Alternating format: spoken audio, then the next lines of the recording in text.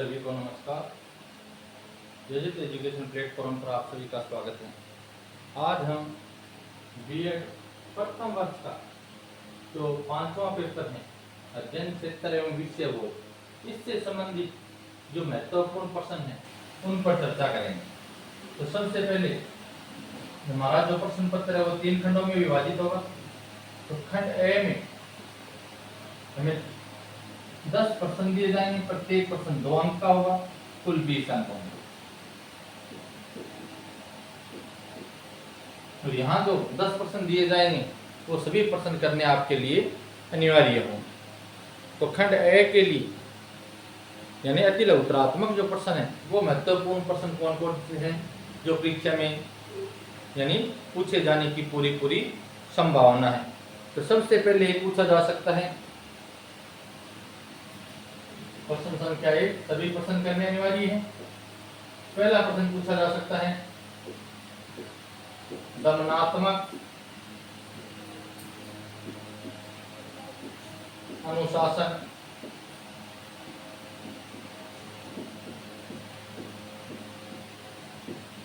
किसे कहते हैं? दमनात्मक अनुशासन है वो किसे कहा जाता है। दूसरा प्रश्न आपसे पूछा जा सकता है कि ज्ञान के क्रमिक यानी क्रम के अनुसार क्रमिक विकास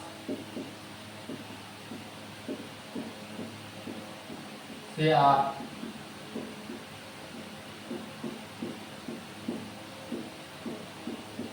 क्या समझते हैं? दूसरा प्रश्न आपको ये याद करना है। तीसरा प्रश्न अध्ययन क्षेत्र में विषयों के द्वितीयक स्रोत कौन कौन से हैं?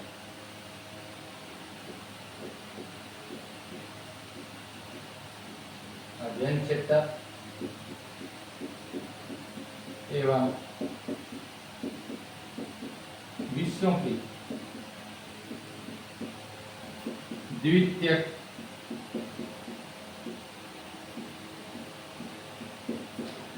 स्रोत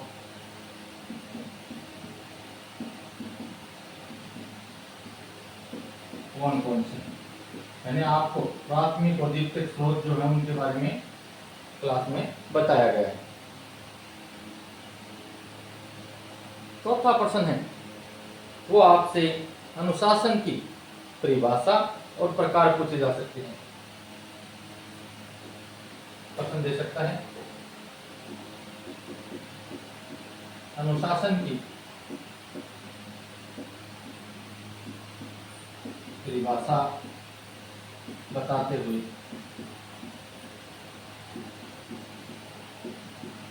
इसके प्रकार लिखें। अनुशासन किस किस प्रकार का होता है। 5वां प्रश्न आपसे पूछा जा सकता है कि अनुशासन और विषय पर सामाजिक संदर्भों के प्रभाव लिखिए। अनुशासन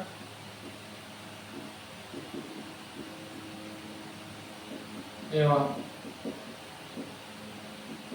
विषय पर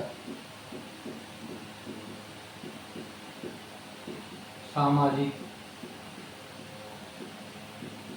संदर्भों के प्रभाव।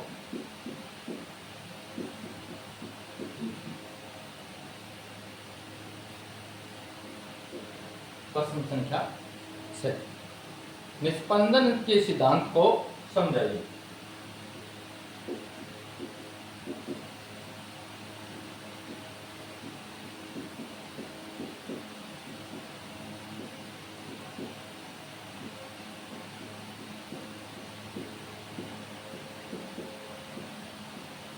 निस्पंदन का सिद्धांत क्या है? आगे आपसे प्रश्न पूछा जा सकता है कि पाठ्यचर्या एवं पाठ्यक्रम में यानी आप कम से कम 5 अंतर याद करके जाएं कि पाठ्यचर्या और पाठ्यक्रम में क्या अंतर है। तो आपको प्रश्न दिया जा सकता है कि पाठ्यचर्या और पाठ्यक्रम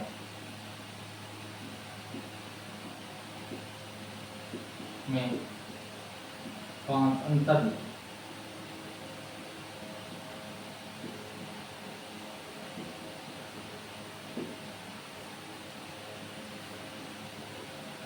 आगे आपसे प्रश्न पूछा जा सकता है कि पाठ्य वस्तु के चयन में आने वाली 4 समस्याएं लिखी। या पाठ्य वस्तु का चयन करते हैं तो कौन कौन सी समस्याएं आती हैं। पाठ्य वस्तु के चयन में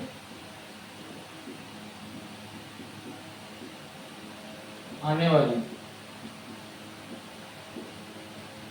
4 समस्याएं बताइए। ये प्रश्न आपसे पूछे जाने की संभावना है, महत्वपूर्ण प्रश्न है, परीक्षा की दृष्टि से पूछे जा सकते हैं।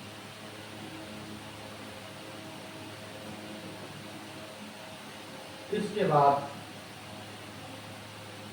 खंड है में आपसे प्रश्न पूछे जा सकते हैं।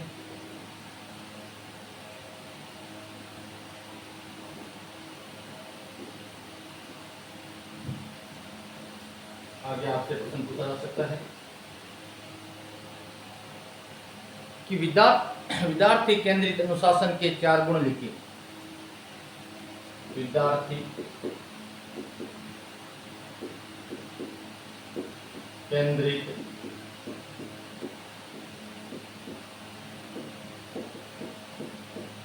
अनुशासन के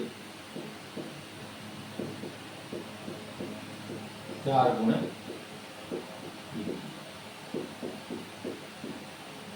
ये पूछा जा सकता है।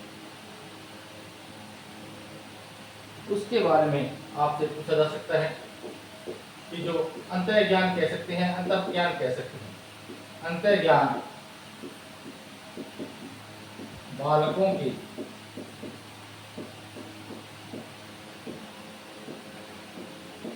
सीखने में, अंतः ज्ञान बालकों के सीखने में किस प्रकार मदद करता है।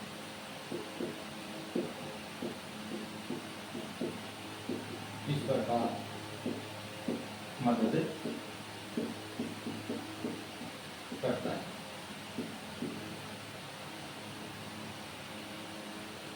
उसके बाद आपसे पूछा जा सकता है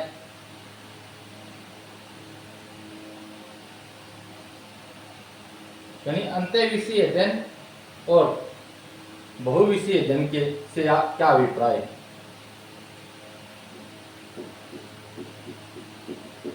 अंतः विषय अध्ययन और बहुविषय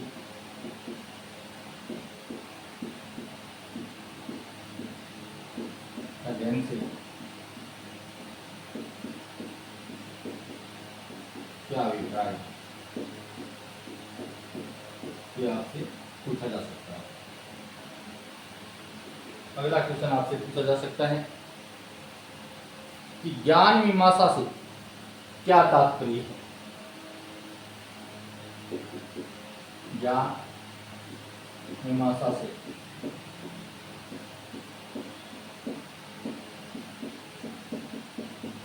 क्या तात्पर्य है।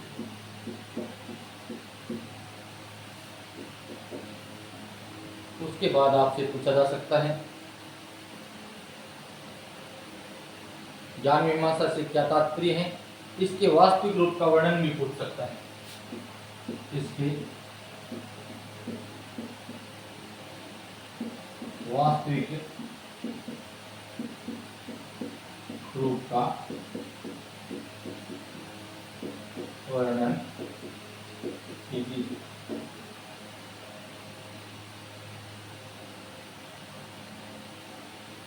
उसके बारे में आपसे पूछा जा सकता है अभिनवन के बारे में। छोटे छोटे क्वेश्चन है। अभिनवन से क्या तात्पर्य है। इनमें से 1-2 प्रश्न अगर आपको 1 वीक में नहीं मिले तो आप बुक में देख लेना, बुक में से प्रश्न नहीं मिल जाएंगे आपको। उसके बाद आपको मुदालियर आयोग और कोठारी आयोग दोनों पढ़ के जाने हैं। मुदालियर आयोग, जिसे माध्यमिक शिक्षा आयोग भी कहा जाता है, माध्यमिक शिक्षा आयोग के नाम से भी जाना जाता है, जो 1952-53 में जिसका गठन किया गया था और इसके अध्यक्ष थे वो लक्ष्मण स्वामी मुदालियर थे, तो इसका नाम मुदालियर आयोग किया था। तो मुदालियर आयोग तथा कोठारी आयोग, ये कोठारी आयोग था, इसके अध्यक्ष थे वो डॉक्टर दलपत सिंह कोठारी थे, वो थे। इनके बारे में, दोनों के बारे में थोड़ा पढ़ करके आप जाओ। उसके बाद में एनसीआर यानी राष्ट्रीय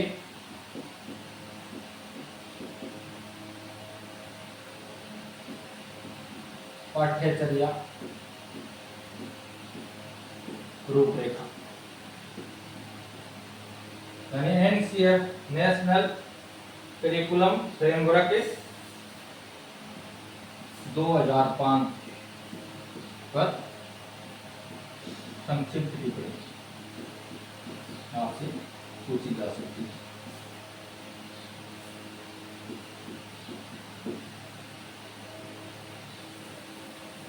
इसके अलावा आपको ये बताया गया था 3R और 4H के बारे में पूछा जा सकता है कि 3R और 4H से क्या अभिप्राय है, या गांधी जी ने 3R की जगह जो 4H की बात कही, तो उससे आप क्या समझते हो? यानी इसमें हेड है, हैंड है, ये जो आपको बताई हुई है। तो 3R की जगह 4H के सिद्धांत, गांधी जी के सिद्धांत से आप क्या समझते हैं? ये महत्वपूर्ण प्रश्न खंड है कि जो आपको याद करके जाने हैं और परीक्षा में पूछे जाने की पूरी संभावना है।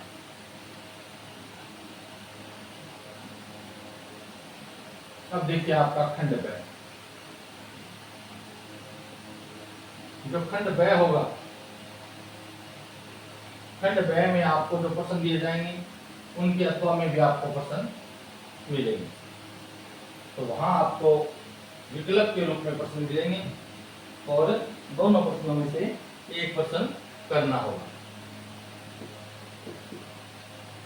यहाँ आपको 5 प्रश्न करने होंगे, प्रत्येक प्रश्न 100 अंक का होगा, कुल 30 अंक होंगे।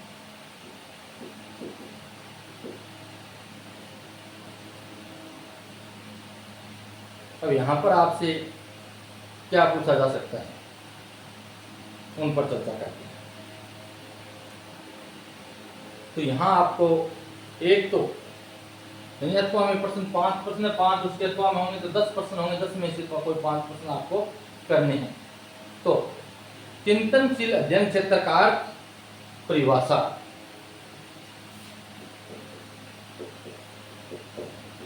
चिंतनशील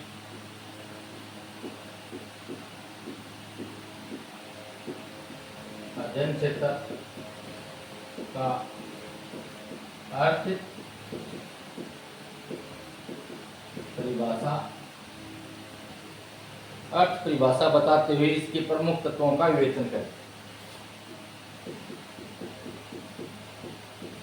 बताते हुए इसके प्रमुख तत्वों का विवेचन करें। उसके बाद आपको प्रश्न पूछा जा सकता है कि ज्ञान के विभिन्न स्रोतों का वर्णन कीजिए। कि ज्ञान के विभिन्न स्रोत कौन कौन से, जिनके माध्यम से ज्ञान अर्जित किया जा सकता है। ज्ञान के विभिन्न स्रोतों का वर्णन कीजिए।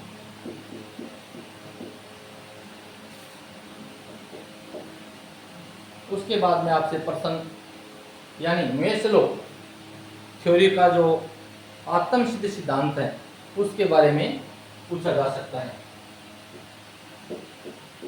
मेस्लो थ्योरी के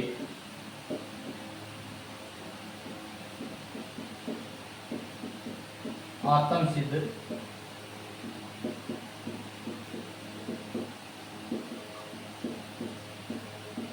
सिद्धांत को समझाइए।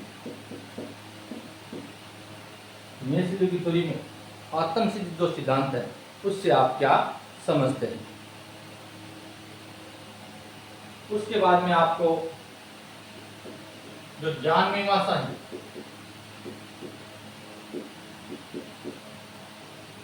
ज्ञान मीमांसा के प्रमुख जो सिद्धांत है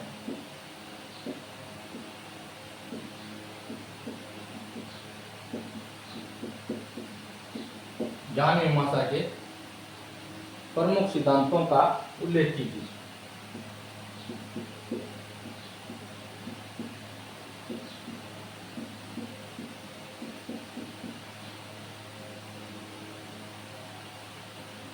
अगला प्रश्न आपसे पूछा जा सकता है कि परिवर्तन एक सार्वभौमिक प्रक्रिया है। परिवर्तन एक सार्वभौमिक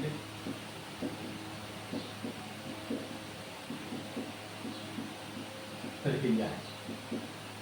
परिवर्तन एक सार्वभौमिक प्रक्रिया है। विद्यालय विषय की बदलती हुई अवधारणा के संदर्भ में इस कथन को स्पष्ट कीजिए।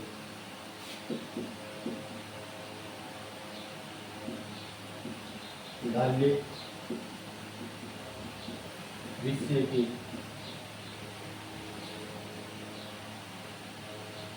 विषय की बदलती हुई अवधारणा के संदर्भ में विद्यालय विषय की बदलती हुई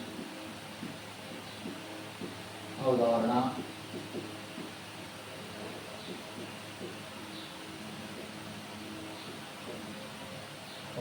के संदर्भ में इस कथन को स्पष्ट कीजिए।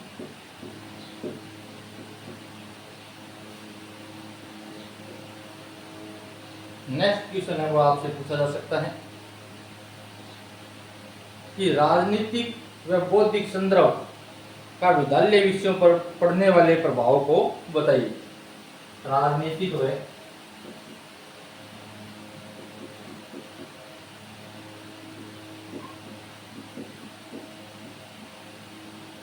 बौद्धिक राजनीतिक व बौद्धिक संदर्भ का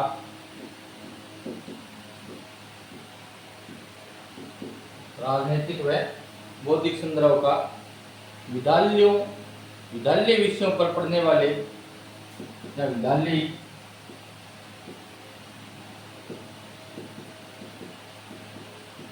विषयों पर पढ़ने वाले विद्यालय विषयों पर पढ़ने वाले प्रभाव बताइए।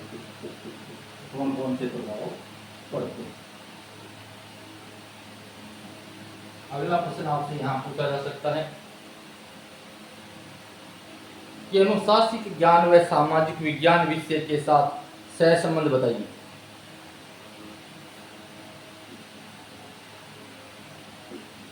अनुशासिक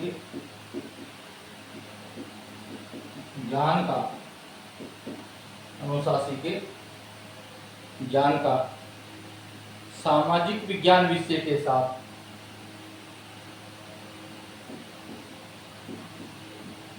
सामाजिक विज्ञान विषय के साथ सहसंबंध बताइए। अब अनुशासिक के साथ में सामाजिक विज्ञान, गणित और विज्ञान, इन तीनों के सह संबंध आपको करवाए गए हैं। तो सामाजिक विज्ञान का सह संबंध आप अच्छे से तैयार करके जाए।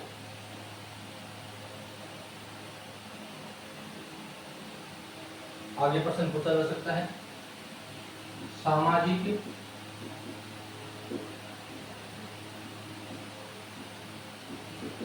पुनर्संरचना या पुनर्संरचना कह सकते हैं।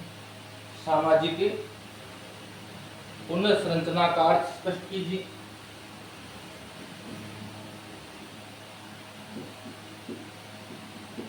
अर्थ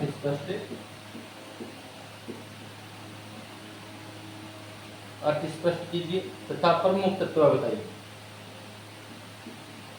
तथा प्रमुख तत्व बताइए। ये प्रश्न आपसे पूछे जा सकते हैं। खंड ब के अंदर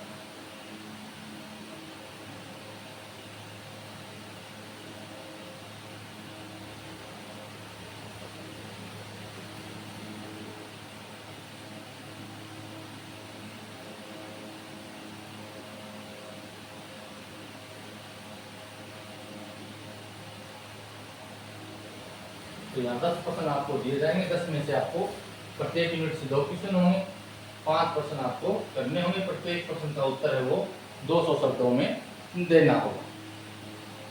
उसके बारे में आपसे वैदिक कालीन जो शिक्षा है उसकी विशेषताएं पूछ सकता है कि वैदिक कालीन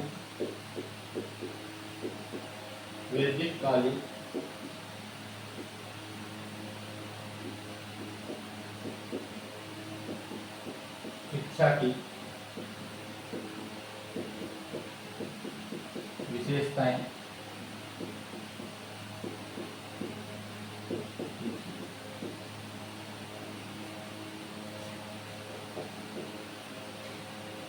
अगला प्रश्न आपसे पूछा जा सकता है कि पाठ्य सहगामी क्रियाओं का महत्व और उद्देश्य बताइए।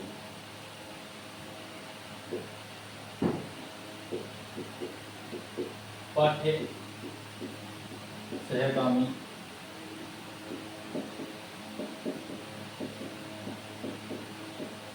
क्रियाओं का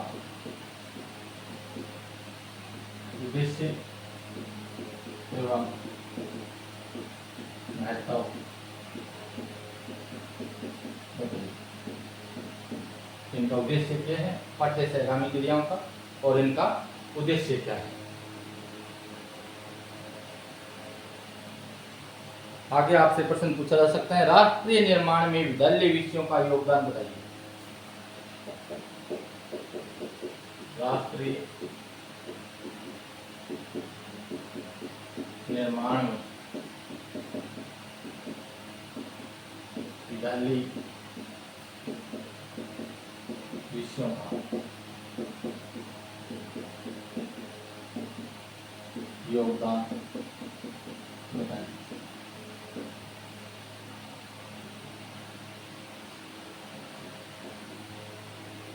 आगे आपसे प्रश्न पूछा जा सकता है, वुड घोषणा पत्र को शिक्षा के संदर्भ में समझाइए। वुड घोषणा पत्र, और इसको क्या कहा जाता है, अंग्रेजी शिक्षा का भारत में मैग्ना कार्टा कहा जाता है। तो वुड घोषणा पत्र को शिक्षा के संदर्भ में समझाइए।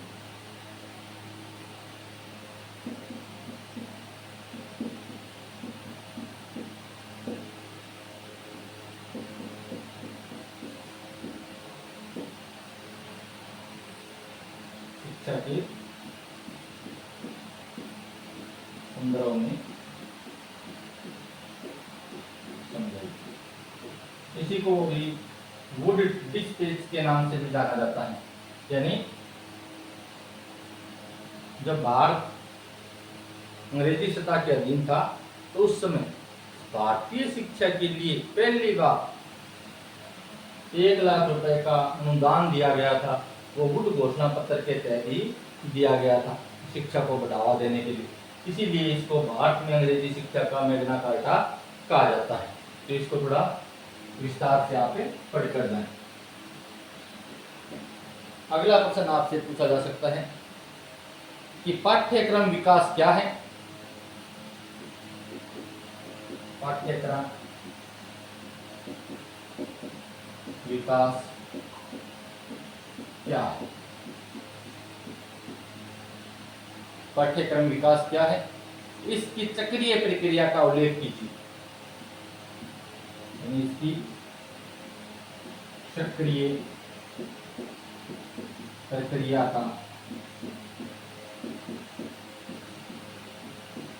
उल्लेख कीजिए।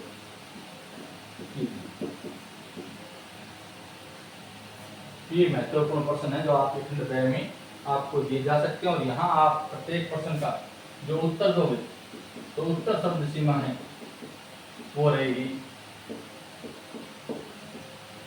200 शब्दों। प्रत्येक प्रश्न का उत्तर आपको 200 शब्दों में देना होगा, और 10 प्रश्न दिए जाएंगे, 10 में से 5 प्रश्न आपको करने होंगे। तो पाठ्यक्रम विकास क्या है, इसकी चक्रीय प्रक्रिया को पूछ सकते हैं। और कई बार क्या है कि पाठ्यक्रम विकास की क्या पूछ लेता है, परिभाषा भी पूछ लेता है। तो परिभाषा भी इसके साथ में याद कर लेना, तो आइए पूछ ले कि पाठ्यक्रम विकास की परिभाषा लिखी। तो एक या दो विद्वानों के अनुसार पाठ्यक्रम विकास की जो परिभाषाएं दी गई हैं उनमें से जो आपको आसान लगे वो परिभाषा आप याद यहाँ कर सकते हो और लिख सकते हो। उसके बाद में आपसे प्रश्न पूछा जा सकता है कि बाल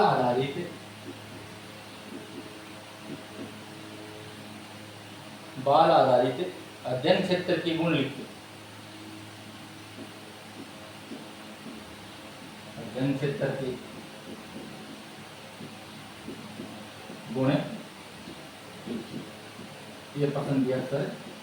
बाल आधारित कह सकता है, आपको अधिगम आधारित कह सकता है, क्यों अधिगम बालक ही तो कर रहे हैं, तो बाल आधारित भी कह सकते हैं कि अधिगम आधारित अध्ययन क्षेत्र के गुण लिखी, एक ही बात है दोनों। अब यहाँ आपको एक पाठ्यक्रम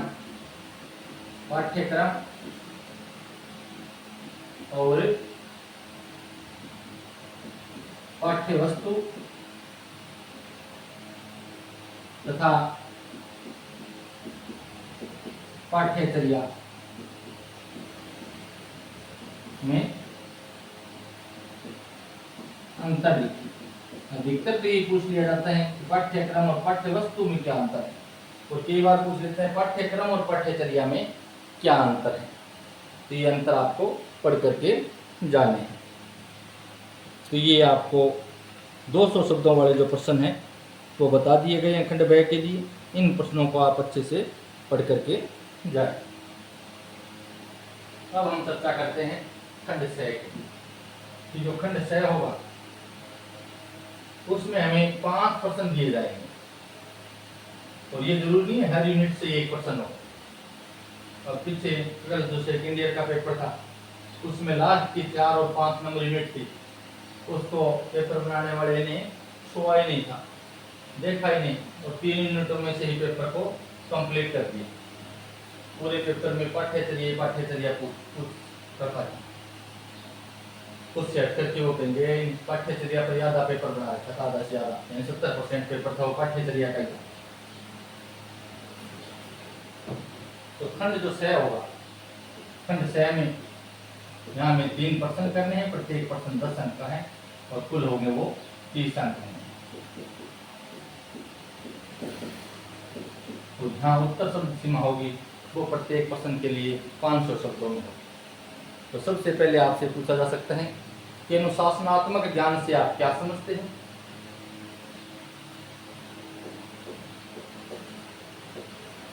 अनुशासनात्मक ज्ञान से आप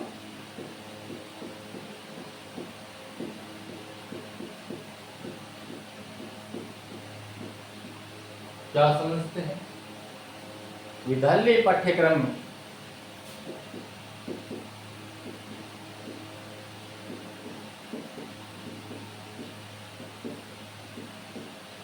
विद्यालय पाठ्यक्रम में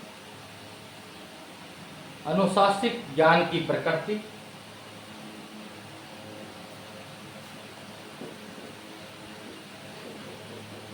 अनुशासित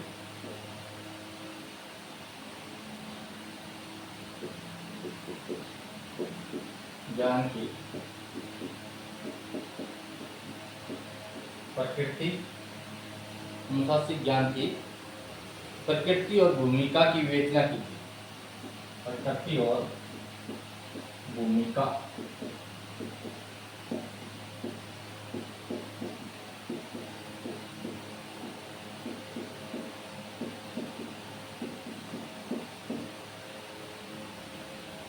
दूसरा प्रश्न आपसे यहाँ पूछा जा सकता है कि अनुशासनात्मक क्षेत्रों का विद्यालय विषयों के साथ संबंधों का वर्णन कीजिए।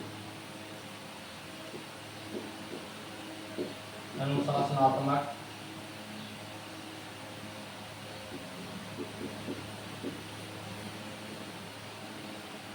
अनुशासनात्मक क्षेत्रों का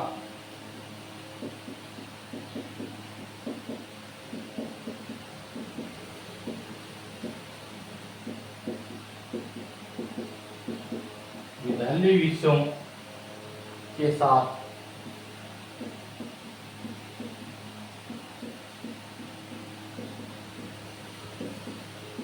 संबंधों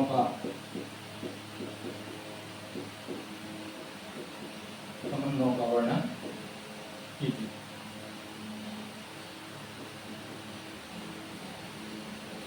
आगे आपसे प्रश्न पूछा जा सकता है, अनुशासन और विषय की बदलती हुई अवधारणा से आप क्या समझते हैं?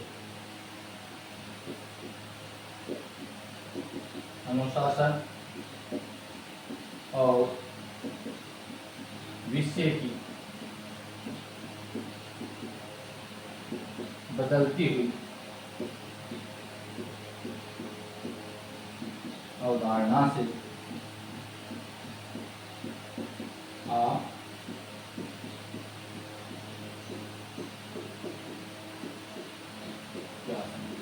तो ये मैं आपको पहले क्लियर कर देता हूँ कि ये जो 5 नंबर पेपर कोड है, इसमें आपका पेपर है वो कठिन रहेगा, तो आप अच्छे से इस पेपर की तैयारी करके जाएं, क्योंकि यहाँ जो पेपर बनाया गया है वो 1 वीक से नहीं, आपको बुक से मिलेगा। और ये जो प्रश्न है इनमें आप 1 वीक के साथ साथ बुक में से भी पढ़ने का प्रयास करें, 1 वीक के सारे नए रहे। आगे आपसे पूछा जा सकता है कि अनुशासन और विद्यालय विषयों की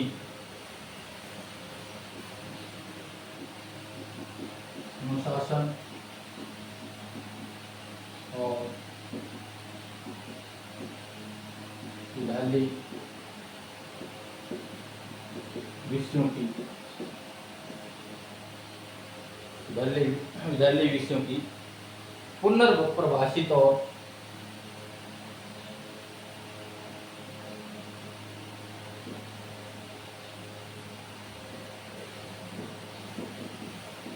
पुनर्परिभाषित और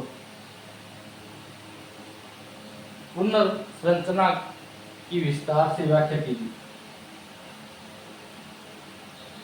पुनर्संरचना की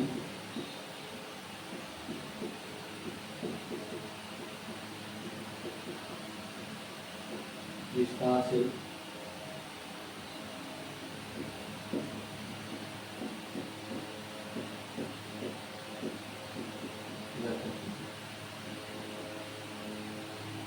आगे आपसे प्रश्न पूछा जा सकता है, पाठ्य वस्तु को परिभाषित कीजिए।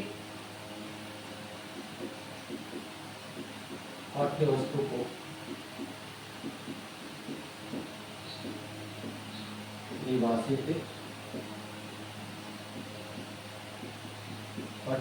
परिभाषित कीजिए तथा पाठ्य वस्तु के चयन के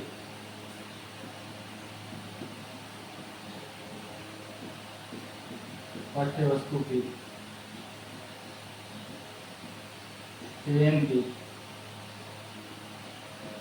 पाठ्य वस्तु के चयन के मुख्य व गौण मापदंडों का वर्णन कीजिए। मुख्य व गौण मापदंडों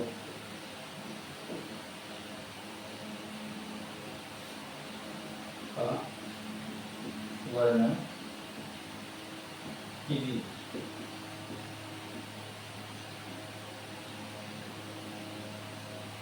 ये आपके खंड से से संबंधित जो प्रश्न है वो आपसे पूछे जा सकते हैं निबंधात्मक प्रश्नों के रूप में, और जो यहाँ जो पेपर होगा वो थोड़ा कठिन होगा। तो आपको 1 वीक के साथ साथ जो क्लास में जो नोट्स बनवाए गए हैं या फिर जो आपके पास में बुक हैं उसमें से भी आप जो प्रश्न आपको 1 वीक में नहीं मिले वो उससे पढ़ करके जाए, ताकि ये न हो कि आपको कोई प्रश्न छोड़ना पड़े। पूरा पेपर है वो आप अच्छे से कर सको और अच्छे अंक अर्जित कर सको। अब आपसे प्रश्न है वो पूछा जा सकता है ज्ञान की अवधारणा, महत्व, ज्ञान की अवधारणा पूछी जा सकती है, इसका महत्व पूछा जा सकता है, महत्व पूछा जा सकता है तो प्रकृति के बारे में पूछा जा सकता है, प्रकृति तथा विशेषता,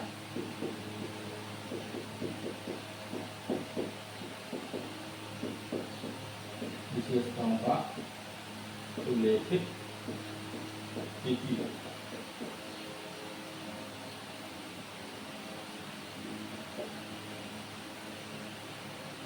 आगे आपसे प्रश्न पूछा जा सकता है अधिगम कर्ता केंद्रित अध्ययन क्षेत्र से आप क्या समझते हैं।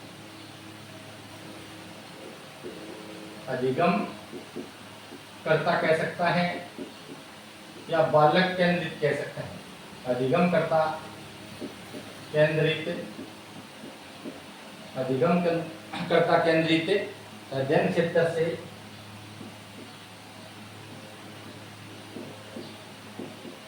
अध्ययन क्षेत्र से आप क्या समझते हैं।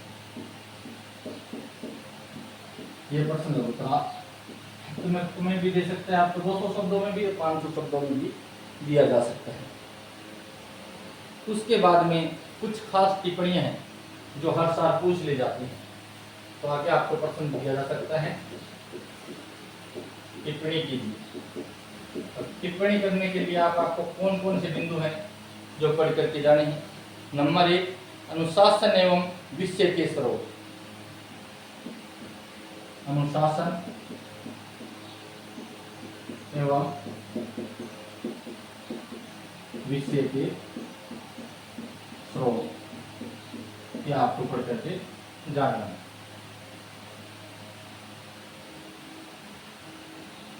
उसके बाद दूसरा बिंदु आपको दिया जा सकता है, इस पर टिप्पणी करनी हो, राष्ट्र निर्माण में अनुशासन एवं संकाय की भूमिका। राष्ट्र निर्माण में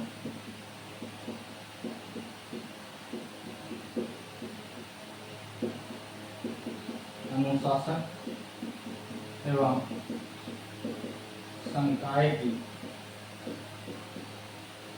भूमिका। तीसरा बिंदु आपको दिया जा सकता है ज्ञान के उद्भव और विकास की विवेचना। ज्ञान के उद्भव और विकास की विवेचना। नंबर 4 माध्यमिक स्तर पर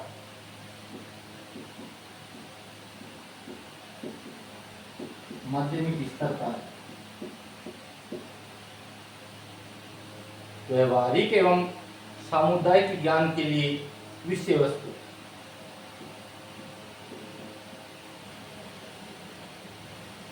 व्यवहारिक ज्ञान एवं सामुदायिक ज्ञान के लिए विषय वस्तु। उसके बाद में आपसे पूछा जा सकता है अनुशासन का बदलता हुआ प्रत्यय। अनुशासन का बदलता हुआ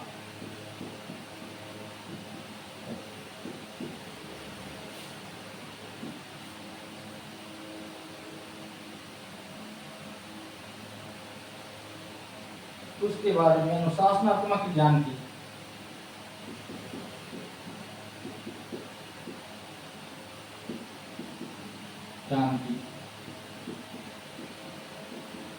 पाठ्यक्रम में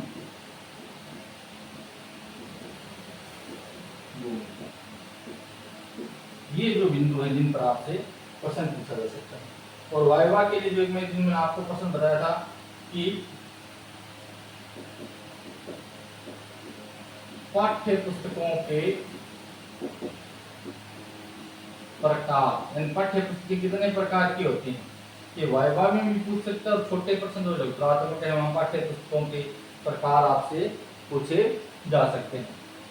तो ये जो निबंधात्मक प्रश्न है वो आपको याद करके अच्छे से जाने। इनमें से कोई 2 या 3 बिंदु दे देगा, 2 बिंदु दे देगा, ये 2 दे सकते हैं, ये 2 दे सकते हैं, ये 2 दे सकते हैं।